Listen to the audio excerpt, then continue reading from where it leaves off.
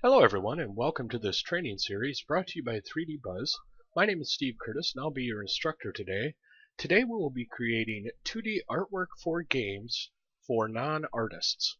Basically, if you're a programmer or you're just new to creating games and you really don't have any art experience, we're going to walk you through how to make 2D art, and I'll be using Photoshop, but everything I do should be applicable in something like GIMP or anything like that. Basically, what we're going to do is show you how to use the procedural tools in digital art creation sets that will allow you to make all sorts of art, and we'll be going through basically everything that's in our first level, including our background mountains, how to create earth, rocks, how to do grass transparencies, how to create trees with some very nice curves and shading without having to be able to draw a nice curved line, how to create a character, and how that would flesh out into an entire 2D level.